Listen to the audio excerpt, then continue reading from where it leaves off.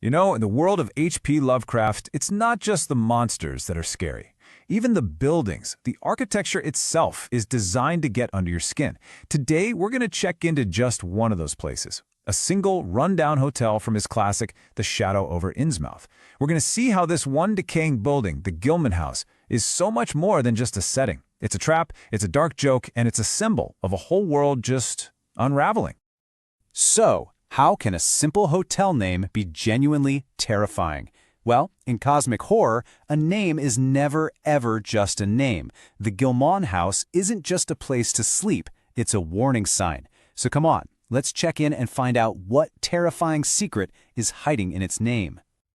All right, first you got to picture this. You're in Innsmouth, and this place isn't just run down. It is decrepit. It's a collapsing fishing town where you can just feel that something is deeply, fundamentally wrong. And guess what? Your only option for the night is the Gilman House, this musty, rotting hotel that is basically the town's decaying soul in building form. The atmosphere is just everything. And you know right away, this is a place you should have never walked into. Okay, so let's start with its most basic job in the story. The Gilman House isn't just some background detail. No, it's a carefully laid trap. This is the one spot where all that simmering dread you feel in Innsmouth just boils over into pure terror, cornering the narrator and us too. And really, people who break down the novella always say this. The whole scene at the Gilman House is just a masterclass in building suspense. It's written specifically to create this feeling of pure, anxious terror. It makes you feel just as trapped as the poor guy in the story. So here's how the trap actually springs. Our narrator, he gets stuck. The buzz out of town conveniently has engine trouble, so he has to get a room at Gilman's. And that is when things get really bad. He gets to his room and realizes the lock is broken. He tries to wedge a chair against it, but the message couldn't be clearer. You are not safe here. You are completely, totally vulnerable. And that's really the heart of the horror, isn't it? It's not a monster jumping out. Not yet, anyway. It's that psychological dread, that slow, creeping tension of being trapped somewhere that feels hostile, with no way to protect yourself from whatever is on the other side of that door. And then it happens. In the dead quiet of the night, someone quietly tries his doorknob, then the door to the next room, and the next. They're testing the locks. They're hunting for him. And just like that, the hotel isn't a shelter anymore, it's a cage. And the only thing he can do is make a desperate, terrifying run for it into the dark streets of Innsmouth. The Gilman House is what kicks off one of the greatest chase scenes in horror fiction. But that's just the first layer. Let's dig a little deeper, because the Gilman House isn't just a trap. For decades, fans have been pointing something else out, something that's been hiding in plain sight the whole time. A dark and honestly pretty clever bit of wordplay. I mean, just look at it. It's so simple you could easily miss it. Gill-man, right? In a story about a town where people are slowly turning into these amphibious, fish-like creatures, calling the only hotel the Gilman House, that feels way too perfect to be an accident.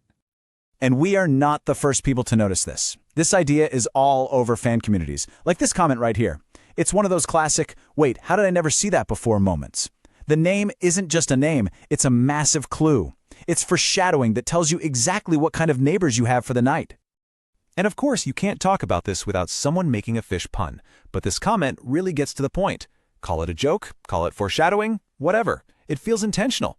It's like a little wink from Lovecraft himself, rewarding you for paying attention with a piece of really sinister, dark humor. And what's so cool about this is that the pun shows us a totally different side of Lovecraft. We always think of him as this super grim, serious guy obsessed with cosmic dread, but a detail like the Gilman House, that suggests a writer with a really sharp, if twisted, sense of humor, someone who really enjoyed planting these little secrets for his readers to find. But we can go even deeper. Let's zoom all the way out to our third and final layer of meaning.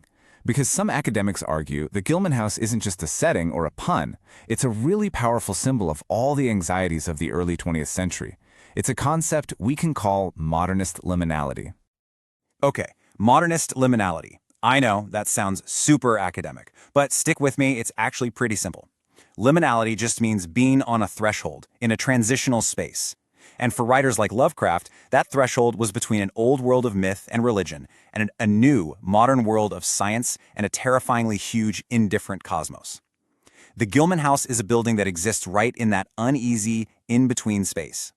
And this is where Lovecraft fits right in with the whole modernist movement.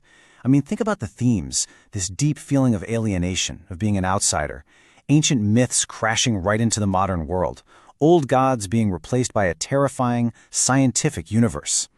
Lovecraft was tapping into the biggest fears of his time, the fear of cities decaying, of the world losing all its meaning, and of humanity being just totally insignificant.